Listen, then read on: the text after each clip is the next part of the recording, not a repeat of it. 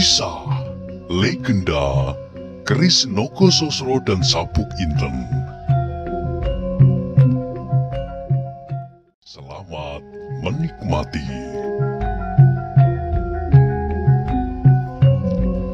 Dalam kisah sebelumnya diceritakan, berdebarlah setiap jantung mereka yang mendengar kata-kta ini. Pastilah orang ini bukan orang sembarangan. Tidak terkecuali Jakasoka. Sudah sejak lama ia mengenal Lowoiju, dan pernah pula ia berkelahi melawan orang ini. Tetapi tak pernah salah seorang dari mereka berdua dapat mengatasi yang lain. Kalau orang ini pernah melukai Lowoiju, pastilah ia memiliki kesaktian yang tinggi.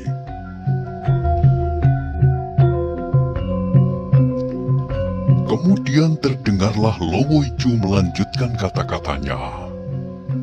Sayang bahwa ia tidak bersikap perwira. Ia menyerang aku pada saat aku sedang meloncat turun dari atap gedung perbendaharaan Istana Demak. Hati Mahesa Jenar melonjak mendengar sindiran Lowoiju. Ia sama sekali tak mau menerima keterangan itu. Sebab pada saat ia menyerang Lowoiju, ia sedang berusaha untuk melindungi Gajah Alit yang justru diserang oleh Lowoiju dengan sikap yang tidak perwira. Kecuali Lowoiju tidak menyerang dari depan, juga pada saat itu Gajah Alit sedang dikerubut oleh 3 orang. Tetapi meskipun demikian, ia tidak merasa perlu melayani fitnah itu. Karena itu, ia diam saja. Dalam pada itu, Jakasoka pun segera teringat bahwa memang Lowoiju pernah bercerita kepadanya tentang luka yang dideritanya pada saat ia berusaha memasuki gedung perbendaharaan di Demak. Karena itu, sebelum Lowoiju menyebut nama Mahesa Jenar, ia mendahului berteriak, "Lowoiju, kalau demikian, inikah orangnya yang bernama Mahesa Jenar dan bergelar Rangga Tohjaya yang terkenal itu?" Mendengar nama itu tergetarlah perasaan mereka yang pernah mengenal kebesarannya, lebih-lebih para pengawal dan para pedagang yang datang dari pesisir utara. Tetapi dalam pada itu, dalam dada masing-masing, terbersihlah semacam harapan baru yang menjadi semakin teguh bahwa jiwa mereka akan tertolong. Karena itu, menjadi semakin besarlah hati mereka. Selain itu, para pengawal kemudian telah bersiap pula terjun ke dalam pertempuran seandainya Lowoiju dan Jakasoka akan bersama-sama menyerang Rangga Tohjaya. Tetapi rupanya Lowoiju tidak akan berbuat demikian. "Jakasoka," katanya, "karena itulah aku minta kerelaanmu untuk membuat perhitungan dengan Rangga Tohjaya ini. Sebab aku mempunyai dugaan bahwa ia pun sedang mencari aku. Maka sebaiknya kita tidak perlu menyia-nyiakan pertemuan ini." Sekarang, setelah mengerti persoalannya, Jakasoka tidak lagi merasa direndahkan oleh Lowoiju. Ia pun menganggap bahwa sikap Lowoiju yang demikian itu adalah wajar. Karena itu ia menjawab, "Sekehendakmulah Lowoiju, sebab daerah ini adalah daerahmu. Tetapi urusan gadis itu akan tetap menjadi urusanku. Meskipun aku akan menunggu sampai kau selesai.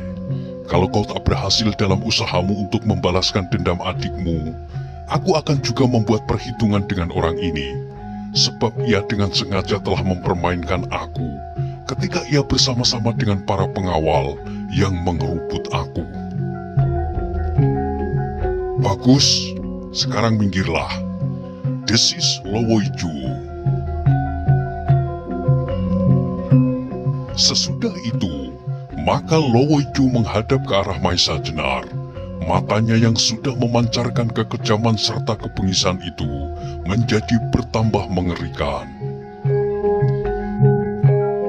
"Tohjaya," geram Lowoiju, "bersiaplah, aku akan membuat perhitungan." Mahesa Jenar tak menjawab sepatah kata pun. Mulutnya terkatup rapat, tetapi ia maju beberapa langkah mendekati Lowoiju dengan sikap yang meyakinkan dan penuh kepercayaan pada diri sendiri. Sementara itu, langit telah menjadi semakin cerah. Angin pagi yang bertiup lambat-lambat menggoyangkan daun-daun pepohonan dan membuat suara berdesir di antara cabang-cabangnya. Suaranya merintih, seolah-olah suara lagu yang mengiringi ratapan hati setiap orang yang menyaksikan permainan maut antara Mahesa Jenar yang bergelar Ranggatohjaya dengan Lowoiju. Dua orang yang sama-sama terkenal dari aliran yang berlawanan, yang pada saat itu sedang mengadakan perhitungan hutang piutang nyawa. Namun betapa moleknya wajah pagi, tak seorang pun yang berada di sekitar arena pertempuran itu sempat memperhatikan bahwa tak seekor burung pun di tempat itu yang sempat berkicau menyambut datangnya matahari. Seperti Jakasuka, Lowoiju pun tak akan merendahkan dirinya melawan Mahesa Jenar dengan mempergunakan senjata.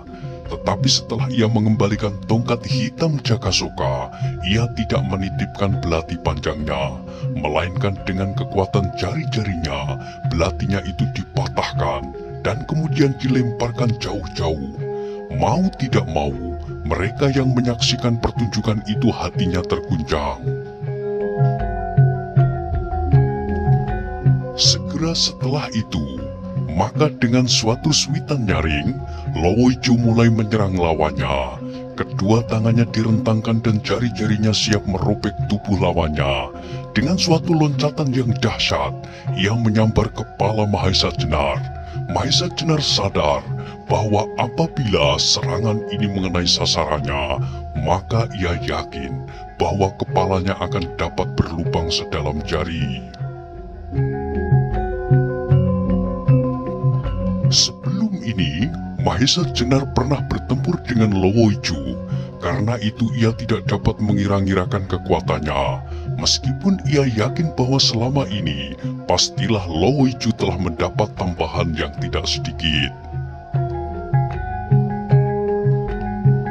Melihat serangan Lowoiju yang dahsyat itu, segera Mahesa Jenar merendahkan dirinya, tetapi sekaligus dengan tangannya ia menyerang perut lawannya dengan 4 jari. Sebenarnya Lowoiju sadar bahwa serangannya yang pertama pasti tak akan mengenai sasarannya. Karena itu, ia selalu waspada, sehingga ketika ia melihat serangan Mahesa Jenar, dengan tangkasnya pula ia menghindarkan diri. Ia menarik sebelah kakinya ke belakang dan berputar sedikit. Kemudian sambil merendahkan diri, ia menghantam tangan Mahesa Jenar dengan sikunya. Tetapi Mahesa Jenar tidak mau tangannya disakiti. Ia segera menarik serangannya dan mendadak, ia meloncat setengah langkah surut. Tetapi demikian, kakinya menjejak tanah. Demikian ia melontarkan dirinya ke samping Lowoiju, dan dengan tumitnya ia menghantam lambung. Lowoiju terkejut melihat gerakan ini. Kaki Mahesa Jenar bergerak demikian cepatnya, tetapi Lowoiju pun mempunyai cukup pengalaman.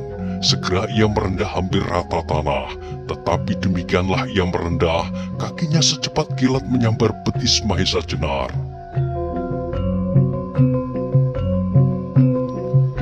Sekarang, Mahesa Jenar yang berada dalam keadaan yang sulit, selagi satu kakinya terangkat, untunglah bahwa Mahesa Jenar cukup tenang, sehingga dalam keadaan yang nampaknya demikian sulit, ia masih sempat mengelakkan diri. Dengan sebelah kakinya ia menjejak tanah dan meloncat tinggi. Dengan satu gerakan kakinya, Mahesa Jenar dapat mengubah arah, sehingga tubuhnya terjatuh kembali beberapa depa dari lawannya.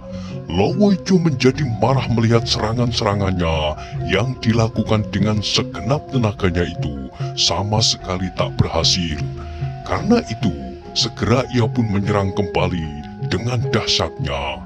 Tangannya dengan 10 jari yang kokoh bergerak menyambar-nyambar dari segala arah. Mereka yang menyaksikan pertempuran itu berdiri terpaku seperti patung. Hati mereka terpukau oleh pertunjukan maut yang sedang berlangsung dengan dahsyatnya. Sebentar-sebentar terdengar suara gemeretak batang-batang kayu yang patah terhantam, baik oleh Mahesa Jenar maupun oleh Lowoiju. Sedang tanah tempat mereka bertempur seolah-olah telah berubah sedemikian rupa sehingga menjadi bersih dari segala tumbuh-tumbuhan. Perkelahian itu pun semakin lama menjadi semakin hebat. Tampaklah betapa hebatnya mereka berdua. Sampai sekian lama tidak nampak siapakah di antara keduanya yang lebih unggul. Lowoiju bertempur dengan penuh dendam akan pembalasan, sedangkan Mahesa Jenar bertempur dengan suatu tekad yang telah bulat pula melenyapkan kejahatan sampai ke akarnya. Demikian dahsyatnya pertempuran itu, sehingga waktu berjalan cepat sekali. Dengan tak terasa, matahari telah miring rendah di ufuk barat, seolah-olah sengaja mempercepat jalannya untuk menghindari kesaksian bahwa di tengah-tengah hutan tambak baya telah terjadi suatu pergulatan maut yang mengerikan. Daerah pedalaman hutan yang selamanya tak pernah menerima cahaya matahari sepenuhnya itu, kini telah kembali suram. Cahaya matahari yang sudah semakin lemah, tidak mampu lagi menembus sepenuhnya kelebatan daun-daun pepohonan rimba yang liar dan pekat itu. Dua orang perkasa yang sedang bertempur mati-matian itu pun nampak tenaganya semakin lama menjadi semakin kendor. Mereka berdua adalah orang-orang yang memiliki ketahanan jasmaniah yang luar biasa. Baik Mahesa Jenar maupun Lowoiju memang pernah mengalami pertempuran sampai berhari-hari. Kali ini mereka telah mengerahkan segala tenaga mereka. Setelah hal itu berlangsung hampir sehari penuh, terasalah bahwa kemampuan mereka mulai menurun. Dalam hal ini, yang lebih merasa gelisah adalah Lowoiju. Perasaannya dibebani oleh dendam yang tiada taranya. Sejak dirinya dilukai di halaman keraton Demak, ia sudah berjanji di dalam hatinya bahwa pada suatu saat ia harus membinasakan orang yang telah melukainya itu. Ditambah lagi, orang itu pula yang telah membunuh adik seperguruannya. Karena itu, ia tidak ada pilihan lain kecuali menghancur lumatkan orang ini. Tetapi ternyata, setelah sekian lama ia merendam diri serta mencecap ilmu gurunya yang sakti, bernama Pasing Singan dengan penuh semangat. Namun sudah sehari ia bertempur masih belum ada tanda-tandanya bahwa ia akan dapat mengalahkan lawannya, apalagi membinasakan. Karena itu, ia menjadi tidak sabar lagi. Tujuannya hanyalah secepat mungkin membinasakan Rangga Tohjaya. Dengan demikian, barulah ia merasa puas. Untuk mencapai maksudnya itu, Lowoiju meloncat mundur beberapa langkah dari lawannya. Secepat kilat, tangannya mengambil sebuah kantong kecil diikat pinggangnya. Segera cincin pemberian gurunya itu dikenakan di jari tangan kanannya. Tampaklah bahwa cincin itu bermata batu akik merah menyala. Itulah batu akik yang dinamai Kelabang Sayuto. Bentuk akik Kelabang Sayuto tidaklah seperti kebiasaan batu-batu akik yang diasah halus, tetapi batu ini permukaannya kasar dan bahkan bergerigi tajam. Mahesa Jenar tertegun melihat lawannya mengenakan cincin. Pasti itu bukan cincin sembarangan. Tetapi belum lagi ia sadar benar, Lowoiju telah meloncat menyerangnya dengan garang. Lowoiju telah mengerahkan segenap sisa tenaganya yang terakhir. Mahesa Jenar terkejut diserang secara demikian. Lowoiju ternyata tidak lagi mempergunakan perhitungan. melainkan asal saja ia membenturnya. Secepat kilat Mahesa Jenar menghindar ke samping, tetapi seperti orang gila, Lowoijo menerjangnya kembali. Demikian terjadi beberapa kali. Dalam keadaan yang demikian, sebenarnya banyaklah kesempatan bagi Mahesa Jenar untuk memukul Lowoijo.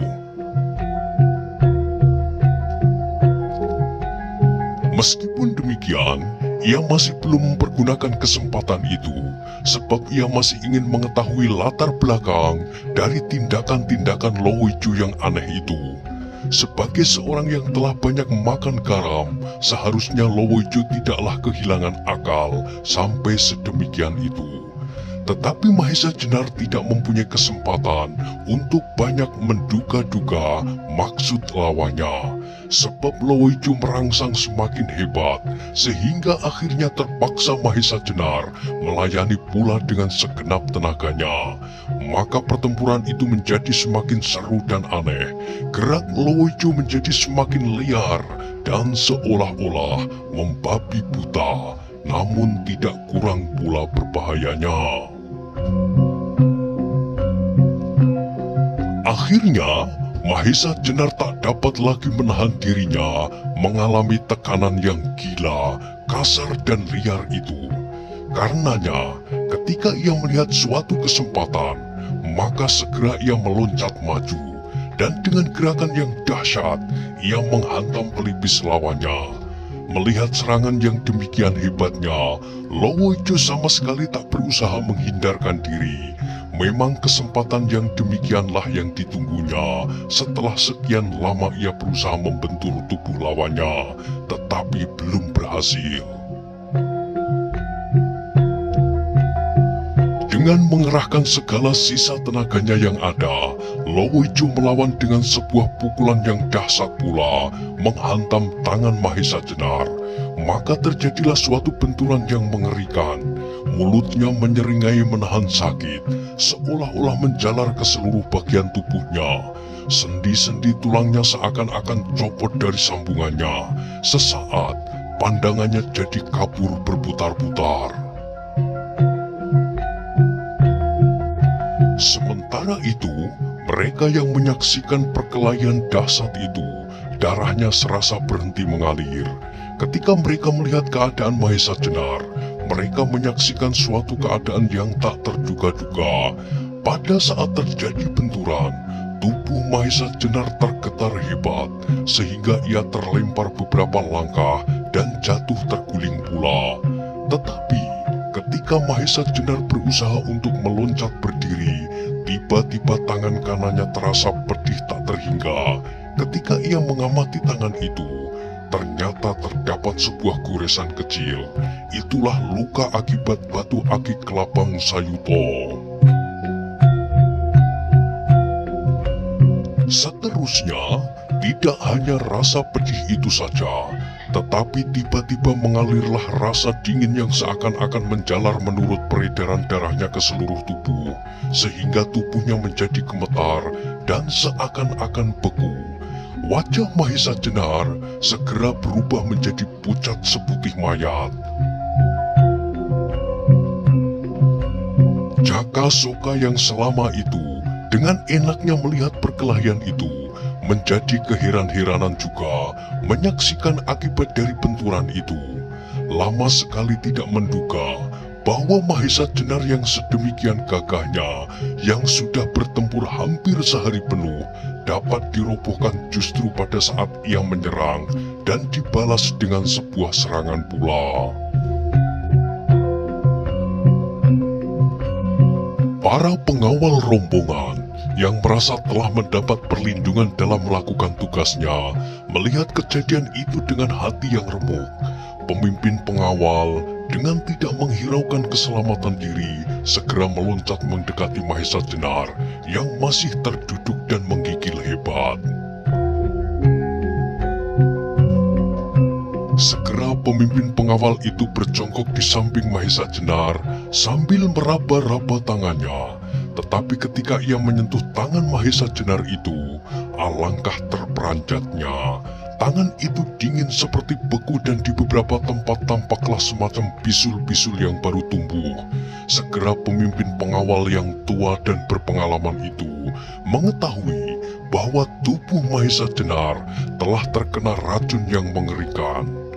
Maka segera ia dapat memastikan bahwa racun ini pasti berasal dari cincin yang dipakai oleh Lowoiju yang bermata batu akik merah menyala yang bernama Kelabang Sayuto. Sejenak kemudian, Lowoiju perlahan-lahan dapat menguasai dirinya kembali. Meskipun masih agak pening, ia sudah dapat berdiri tegak. Maka ketika ia melihat Mahesa Jenar terduduk di tanah dengan wajah yang pucat, ia menjadi bergembira. Dan tiba-tiba terdengarlah suara tertawanya yang menakutkan seperti suara hantu yang memanggil-manggil dari lubang kubur. Semua yang mendengar suara itu tegaklah bulu romanya. Kekalahan Mahesa Jenar berarti nyawa mereka akan lenyap. Sebab Jakasuka telah mengambil keputusan untuk menghilangkan jejak penculikannya.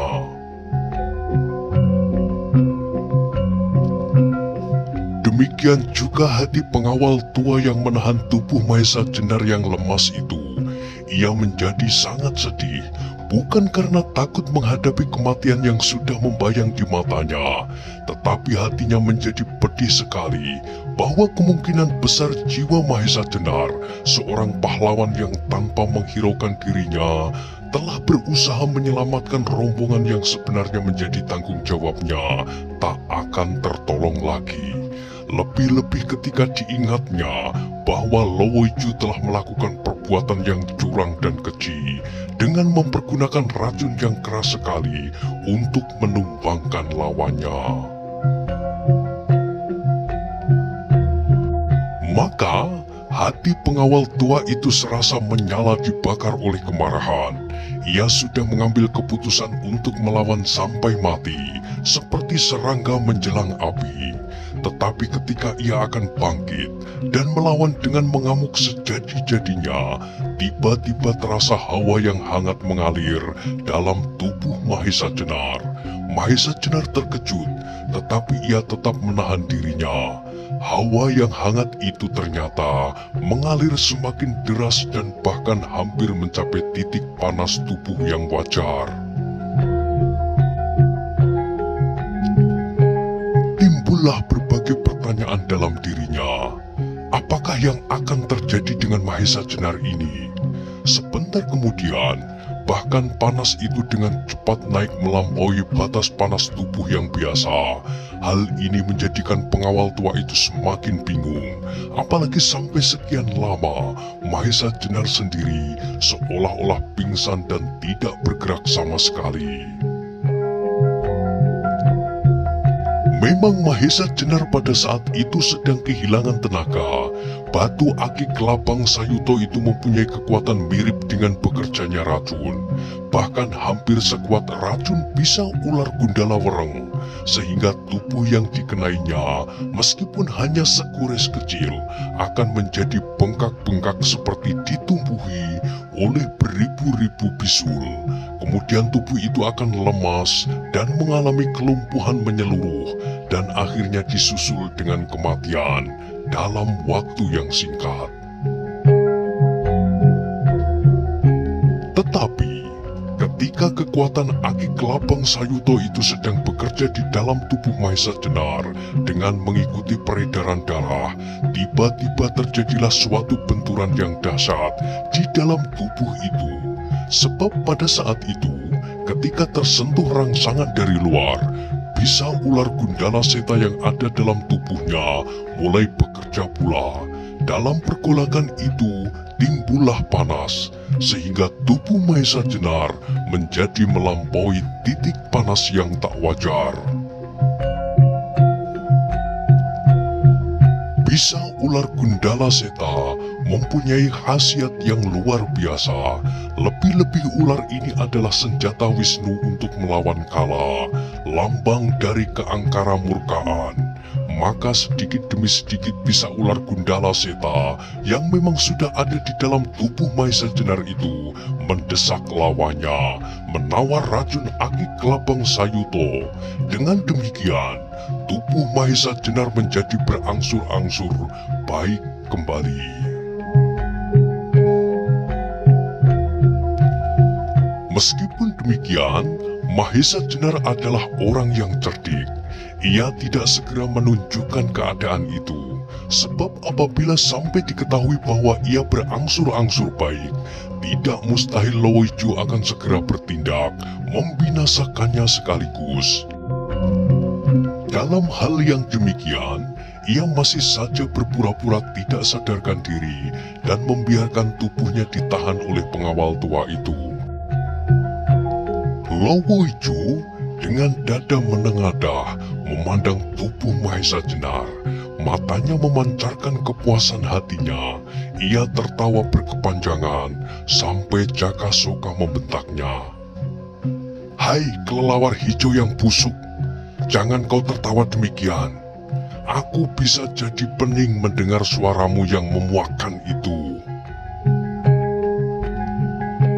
Tetapi Lowoijo sama sekali tak mendengarnya. Ia sedang menikmati kemenangannya. Katanya, "Soka, lihatlah, orang ini yang diagung-agungkan oleh prajurit Demak. Di sini ia menjumpai kematian sedemikian nistanya, dan tak seorang pun akan sempat menguburnya, apalagi dengan suatu upacara keprajuritan, diiringi dengan tunggul-tunggul dan panji-panji.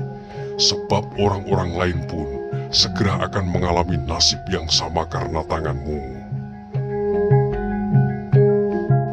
Jaka Soka merasa diperingatkan akan tugasnya.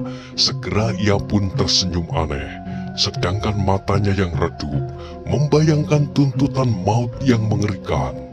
Katanya, "Bagus Lowoijo, kita akan sama-sama menikmati kemenangan, dan tak seorang pun dapat menahan aku membawa gadis cantik itu pulang ke Nusa Kambangan," jawab Jaka Soka. Tetapi sebentar kemudian, kepuasan mereka dipecahkan oleh suatu kenyataan yang sangat aneh bagi Lowoijo. Tak pernah seorang pun yang dapat melepaskan diri dari kematian apabila tubuhnya tergores sedikit saja oleh Aji Kelabang Sayuto. Tetapi apa yang disaksikan sekarang adalah sama sekali tidak masuk akal. Demikianlah, ketika Mahesa Jenar merasa bahwa tubuhnya telah pulih kembali, segera dengan kecepatan gerak laksana kilat menyambar, ia meloncat dan tahu-tahu ia sudah berdiri di hadapan Lowoijo. Semua yang menyaksikan hatinya tercekam, seperti melihat mayat yang bangun dari kubur. Bahkan mereka seolah-olah melihat diri mereka sendirilah yang karena pertolongan Tuhan Yang Maha Esa telah dibebaskan dari daerah mati.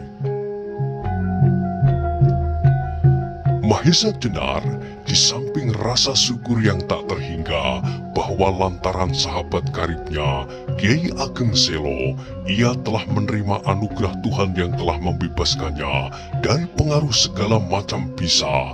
Namun ia juga menjadi marah bukan kepalang kepada Lowoijo. Ternyata Lowoijo yang telah mematahkan pedangnya sendiri dengan jari-jari sewaktu perkelahian akan dimulai bukanlah benar-benar seorang yang jantan. Seperti juga Watu Gunung, Lowoijo sama sekali tidak memperhatikan sikap kejujuran dalam segala masalah. Wajah Mahesa Jenar berubah menjadi merah membara, mulutnya terkatup rapat, tetapi giginya gemeretak terhadap orang-orang yang demikian. Tidak ada lagi sikap yang manis. Maka karena saking marahnya yang meluap-luap, Mahesa Jenar tidak lagi dapat mengendalikan dirinya sendiri. Sebelum Lowoijo sadar terhadap kejadian itu, Mahesa Jenar telah mengangkat satu kakinya yang ditekuk ke depan. Tangan kirinya disilangkan di atas dadanya, sedangkan tangan kanannya diangkat tinggi-tinggi. Secepat kilat, Mahesa Jenar meloncat maju, dan dengan sedikit merendahkan diri, ia menghantam lambung lawannya dengan ilmunya yang terkenal, Sosro Birowo. Lowoijo melihat segala gerak-gerik lawannya seperti dalam mimpi. Ia baru sadar ketika tiba-tiba dilihatnya Mahesa Jenar meloncat dekat sekali di hadapannya dan tangannya melayang ke arah lambungnya. Tetapi segala sesuatunya telah terlambat. Terkena pukulan sisi telapak tangan Mahesa Jenar yang dilambari ilmu Sosro Birowo itu, rasanya bagaikan tertimpa 1000 gunung yang runtuh bersama-sama. Demikianlah Lowoijo merasakan kedahsyatan Sosro Birowo. Pandangannya terlempar dengan derasnya, seperti anak panah yang terlepas dari busurnya, mengarah tepat ke sebatang pohon raksasa yang berdiri kokoh kuat, bagai benteng baja. Mereka yang menyaksikan peristiwa itu menjadi bingung. Mereka tidak dapat mengerti perasaan apa yang berkecamuk di kepalanya, seolah-olah terlepas dari kesadaran diri. Sebab kejadian yang dilihatnya itu adalah hal yang tak dapat dibayangkan bisa terjadi. Tetapi belum lagi tersadar, telah disusul pula oleh suatu peristiwa yang lain yang tidak dapat mereka mengerti pula. Beberapa orang menjadi sedemikian bingungnya sehingga pingsan. Tubuh Lowoijo yang melayang demikian derasnya dan hampir-hampir membentur sebatang pohon raksasa itu, tahu-tahu sudah berada dalam dukungan seorang yang berjubah abu-abu. Tak seorang pun tahu dari mana dan kapan ia datang. Wajah orang itu sama sekali tidak tampak, karena ia mengenakan topeng yang buatannya kasar dan jelek. Semua orang memandang orang berjubah itu dengan tubuh gemetar. Dalam pada itu, tiba-tiba Cakasoka segera melangkah maju dan dengan hormatnya ia berkata, "Paman Pasingsingan, aku menyampaikan hormat setinggi-tingginya."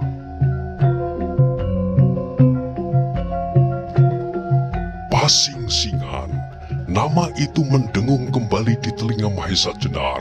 Inilah rupanya guru Lowoijo yang telah datang untuk menolong muridnya. Maka mau tidak mau, hatinya tercekam pula. Ia pernah mendengar kesaktian orang ini dari gurunya, dan sekarang ia telah berhadap-hadapan dengan orang itu dalam keadaan yang tak menguntungkan. Rangga Tohjaya. Tiba-tiba terdengar Pasingsingan berkata tanpa menghiraukan salam Cakasoka. Suaranya berat, dalam dan tak begitu jelas seperti bergulung dalam perutnya karena pengaruh topeng yang dipakainya itu. Untunglah Lowoijo bukan sembarang orang, sambungnya, sehingga meskipun ia terluka parah, tetapi aku yakin bahwa ia masih akan dapat hidup. Orang itu berhenti sejenak. Matanya yang berada di balik topengnya itu memandang Mahesa Jenar dengan tajamnya.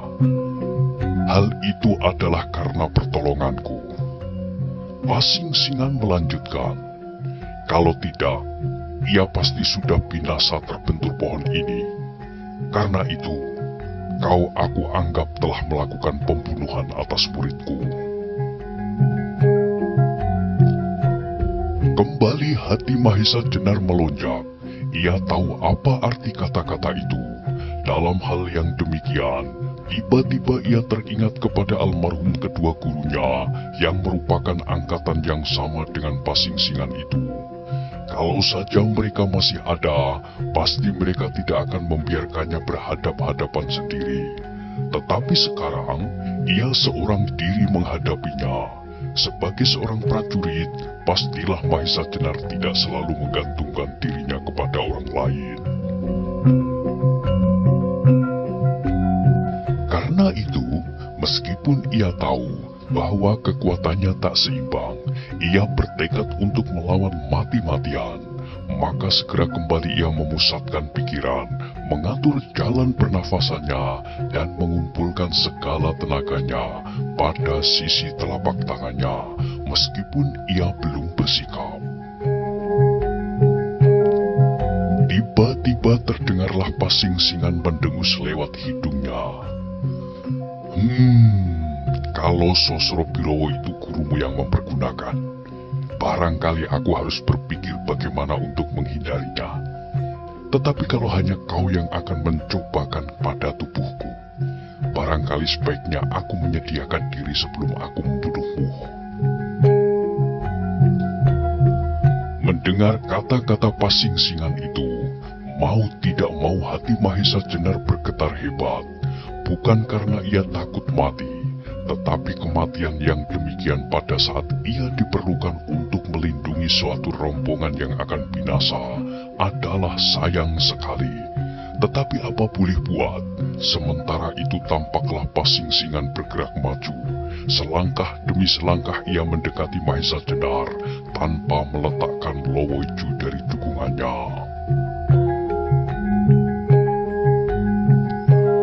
Toh Jaya, katanya, kau adalah murid Ki Ageng Pengging Sepuh, dan kau telah beruntung mewarisi ilmu saktinya Sosro Birowo. Karena itu lawanlah aku, supaya kau mati dengan tangan merentang, bukan mati sebagai seekor lembu yang disembelih. Mahesa Jenar yang sudah tidak melihat kemungkinan lain daripada mati, kini seperti sudah tidak mempunyai perasaan lagi. Tak perlu lagi ada pertimbangan-pertimbangan lain, maka segera ia pun bersiap untuk menerjang lawannya menjelang saat matinya. Sementara itu, pasing-singan berdiri dengan acuh tak acuh saja, seperti tidak akan terjadi sesuatu atas dirinya. Orang-orang lain yang berada di situ sudah seperti orang linglung yang tak tahu apa-apa. Perasaan mereka sudah terbanting-banting beberapa kali sampai hancur, meskipun ada di antara mereka yang matanya terbuka dan seolah-olah memandang Mahesa Jenar dan pasing-singan berganti-ganti. Tetapi mereka tidak mengerti tentang apa yang dilihatnya. Mereka tidak lagi dapat membayangkan bahwa sebentar lagi pasing-singan akan dapat berbuat sekehendaknya atas Mahesa Jenar tanpa ada yang dapat merintanginya.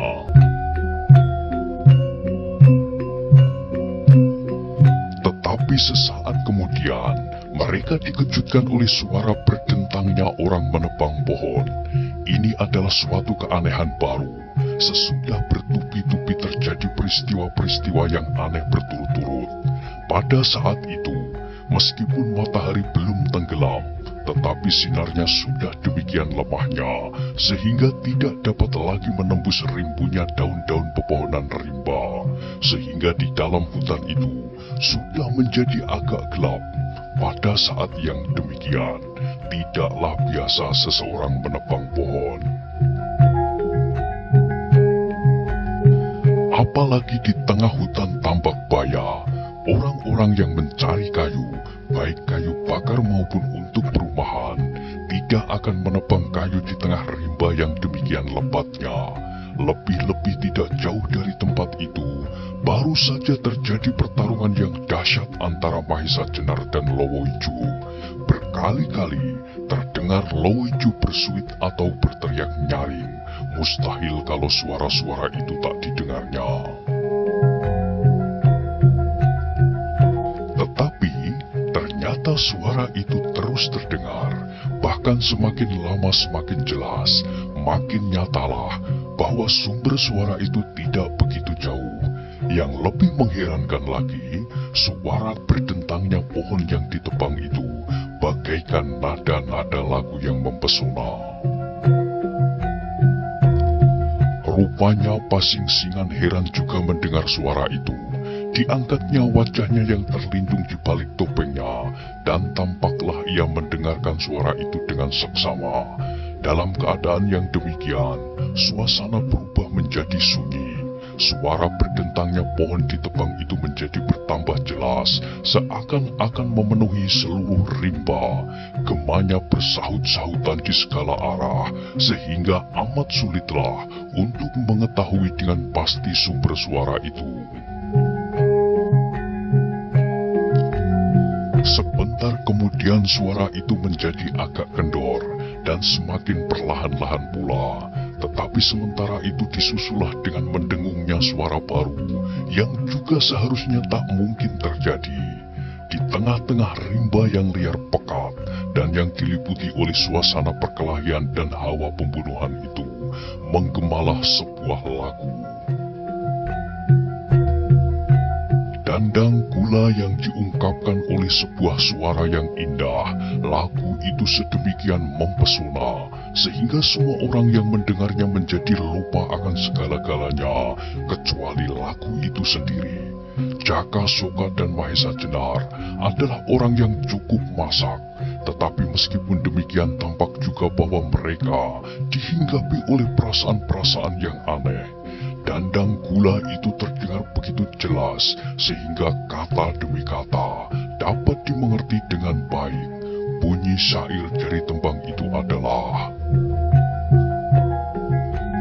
Lir sarkoro wasyaning jalmi, ambutio putining sasatnyo, memayu yu buanani, ing rehar daning kawruh, ruing karso kang ambek asih.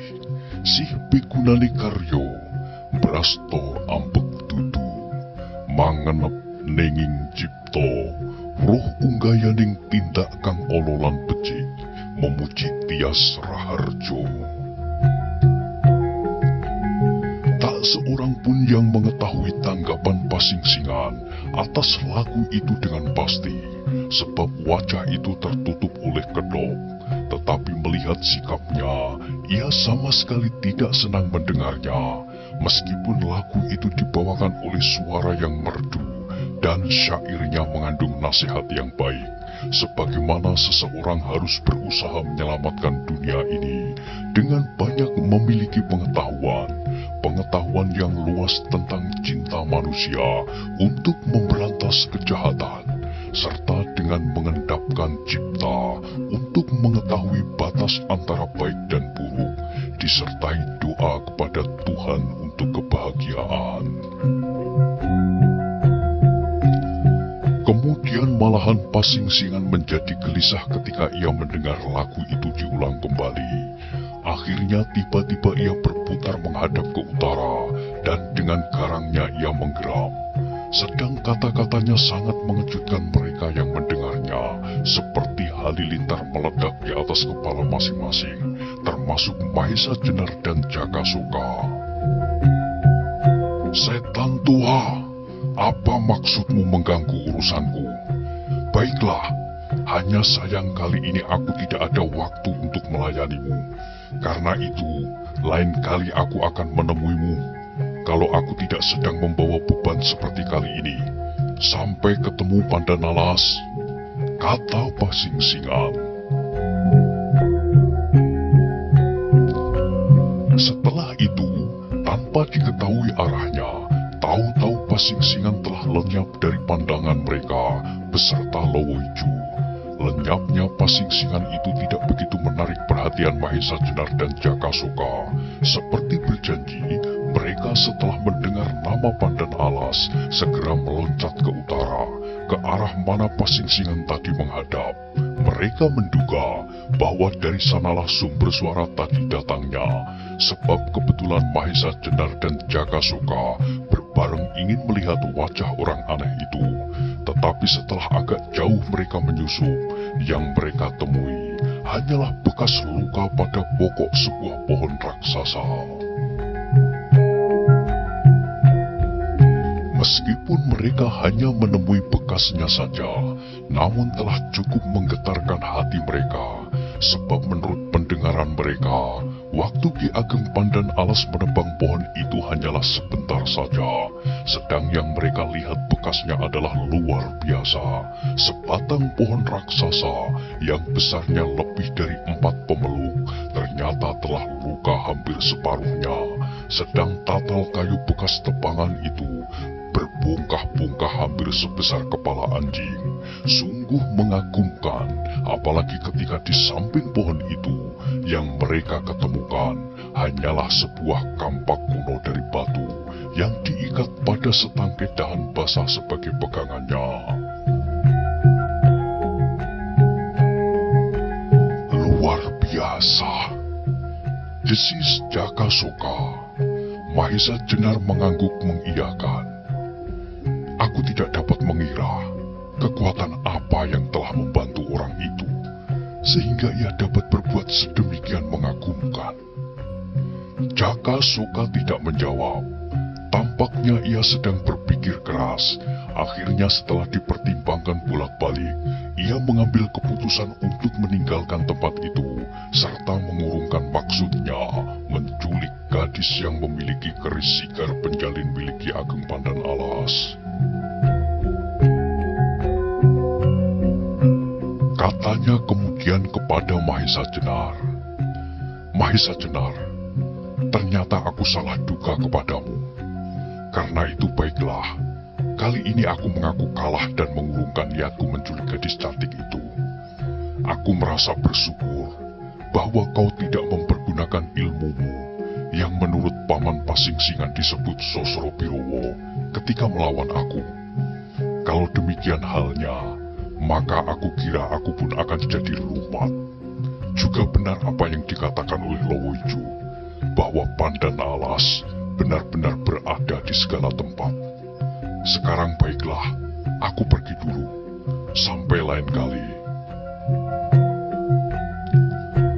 Selesai mengucapkan kata-kata itu, segera dengan lincahnya, Jakasoka alias ular laut yang terkenal sebagai bajak laut yang bengis itu meloncat dan lenyap di antara lebatnya hutan. Tinggallah kini Mahesa Jenar seorang diri. Pikirannya dipenuhi oleh berbagai masalah dan persoalan, tetapi yang penting adalah mengatur rombongan itu kembali, dan kemudian membicarakan kemungkinan-kemungkinan lebih lanjut. Ketika Mahesa Jenar sampai di tempat rombongan, ia melihat bahwa beberapa orang telah tampak mulai agak tenang kembali, terutama para pengawal. Malahan ada di antaranya yang sudah dapat mengatur barang-barangnya. Meskipun demikian, mereka masih saja nampak ketakutan. Ternyata ketika mereka mendengar gemerisik daun yang disibakkan oleh Mahesa Jenar, mereka masih terkejut juga. Tetapi ketika mereka melihat bahwa yang datang adalah Mahesa Jenar, perasaan mereka nampak lega. Malahan ada yang berlari-lari menyambut dan langsung berjongkok dan menyembahnya, terutama sepasang suami istri yang telah minta kepadanya untuk membawa bebannya. Kedua orang itu menyembah sambil menangis minta diampuni. Segera Mahesa Jenar pun menenangkan mereka, serta segera minta agar para pengawal menyalakan api. Sebentar kemudian, beberapa orang telah mengumpulkan kayu, serta api pun segera dinyalakan. Mereka seluruh anggota rombongan telah duduk mengelilingi api yang menyala-nyala dan menjilat-jilat ke udara. Daun-daun di atas nyala api itu bergerak-gerak seperti menggapai-gapai kepanasan. Malam pun segera turun dengan cepatnya. Pepohonan serta dedaunan nampak seperti diselimuti oleh warna yang hitam kelam. Di sana-sini mulai terdengar kembali suara binatang-binatang malam. Pada wajah-wajah di sekeliling api itu masih menggores rasa cemas dan takut. Kejadian-kejadian siang tadi sangat berkesan di hati mereka. Pertarungan-pertarungan dahsyat dan kejadian-kejadian yang aneh terjadi berturut-turut, seperti peristiwa-peristiwa dalam mimpi yang menakutkan. Terutama gadis cantik yang hampir-hampir saja menjadi sumber bencana. Ia masih saja merasa bahwa dirinya bersalah, sehingga rombongan itu mengalami kekacauan. Ia bahkan hampir dimusnahkan, kalau tidak secara kebetulan ada seorang perkasa yang melindunginya. Karena itu, ia masih saja belum berani memandang wajah-wajah kawan seperjalanannya. Sejenak kemudian, kesepian itu dipecahkan oleh Mahesa Jenar yang berkata kepada orang-orang dalam rombongan itu. Katanya, "Kawan-kawan, bahaya tidak lagi bakal datang, setidak-tidaknya malam ini. Karena itu tenanglah dan beristirahatlah. Aku kira kalian sehari penuh masih belum juga makan. Sekarang kesempatan itu ada. Sesudah itu, kalian bisa tidur nyenyak seperti tadi malam." Mendengar kata-kata Mahesa Jenar itu, mereka serentak diperingatkan oleh rasa lapar yang semula tak dihiraukan. Segera di antara mereka membuka bekal-bekal mereka, tetapi tidak sedikit di antara anggota rombongan itu yang sudah tidak punya rasa lapar lagi. Juga sesudah itu, tak seorang pun yang dapat merasa kantuk. Sejenak kemudian, mulailah Mahesa Jenar berunding dengan para pengawal tentang bagaimana baiknya rombongan tersebut.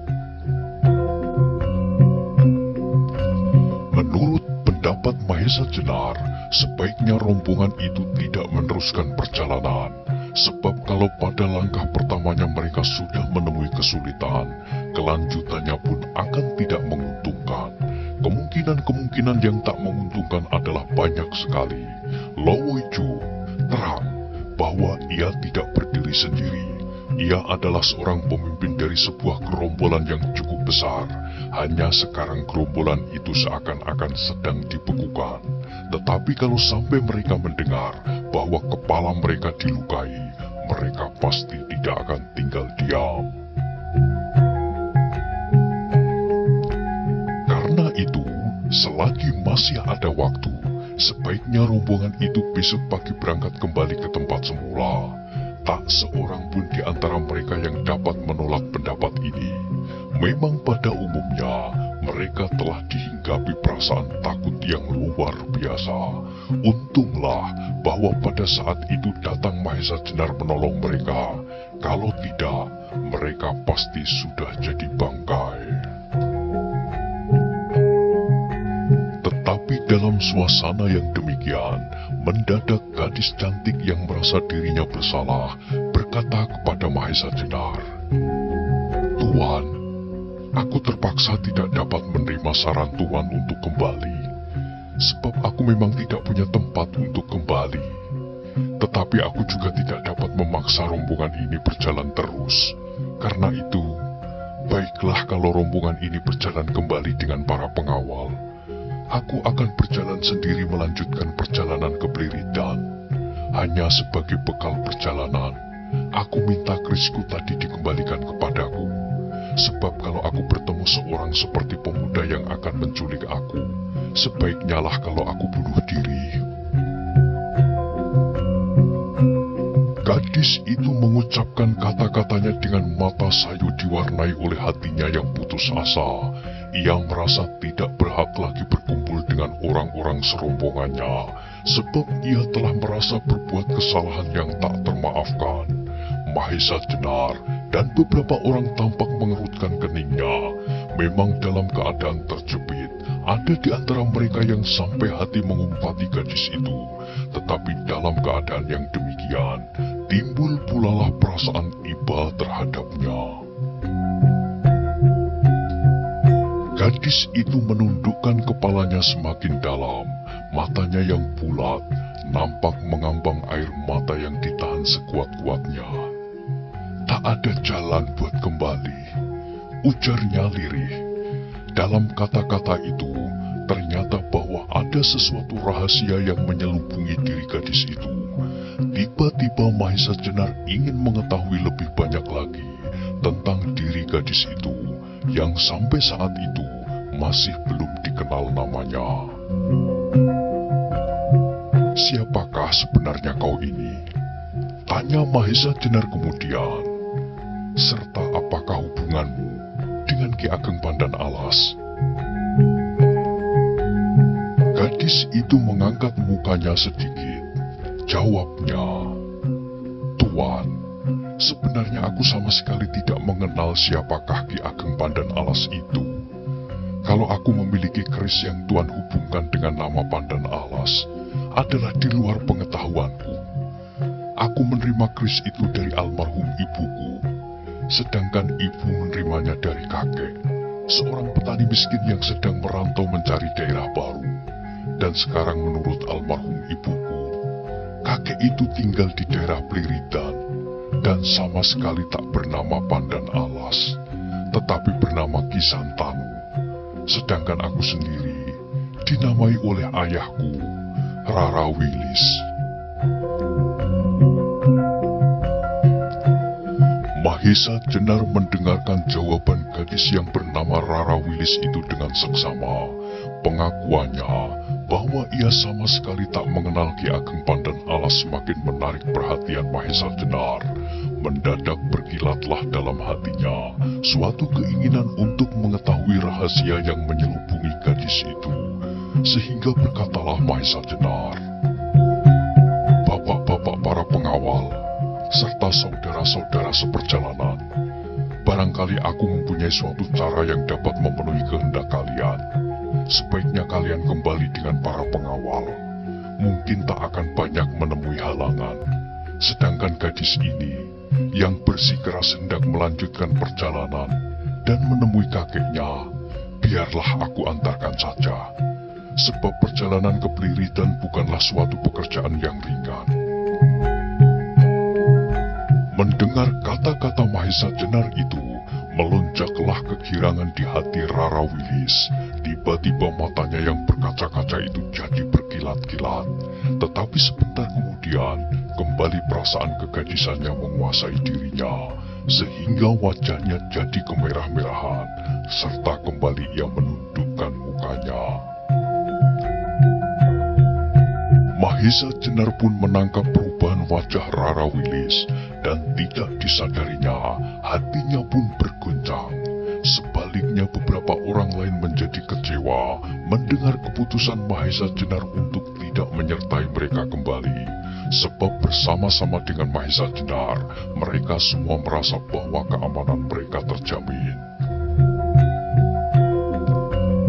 Sementara itu, kembali Mahesa Jenar berunding dengan para pengawal, serta memberi petunjuk mengenai beberapa kemungkinan, sehingga akhirnya terdapat suatu keputusan bahwa mereka semuanya akan kembali dengan para pengawal, sedangkan Mahesa Jenar sendiri akan mengantar Rara Wilis sampai ke Pliritan.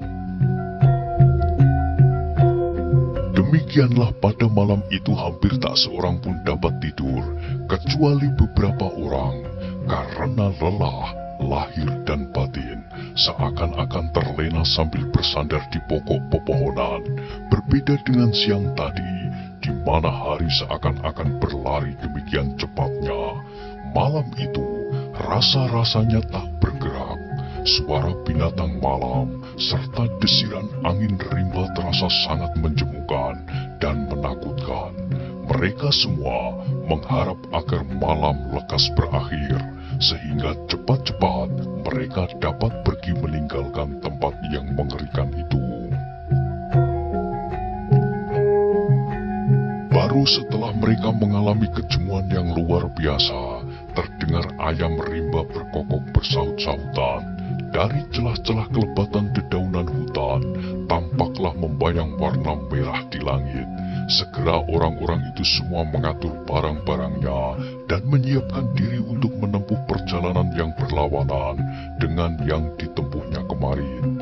Kecuali Rara Wilis yang setelah menerima kembali kerisnya akan melanjutkan perjalanannya ke Pliritan, diantar oleh Mahesa Jenar sendiri.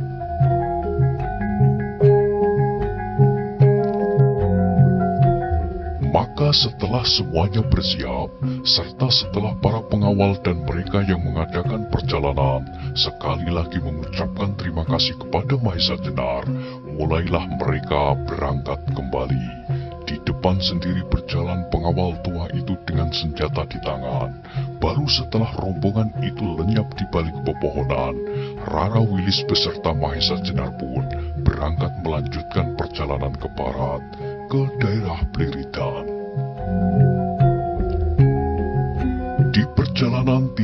banyak yang mereka percakapkan, kecuali apabila Mahesa Jenar memandang perlu untuk memberitahukan tempat-tempat berbahaya atau binatang-binatang berbisa. Tetapi perjalanan Mahesa Jenar sekarang bertambah laju, karena tidak harus bersama-sama dengan rombongan yang besar. Sekali dua kali Mahesa Jenar pun harus berlaku seperti pemimpin rombongan pengawal, menuntun bahkan menggendong Rara Wilis apabila jalan sangat sulit.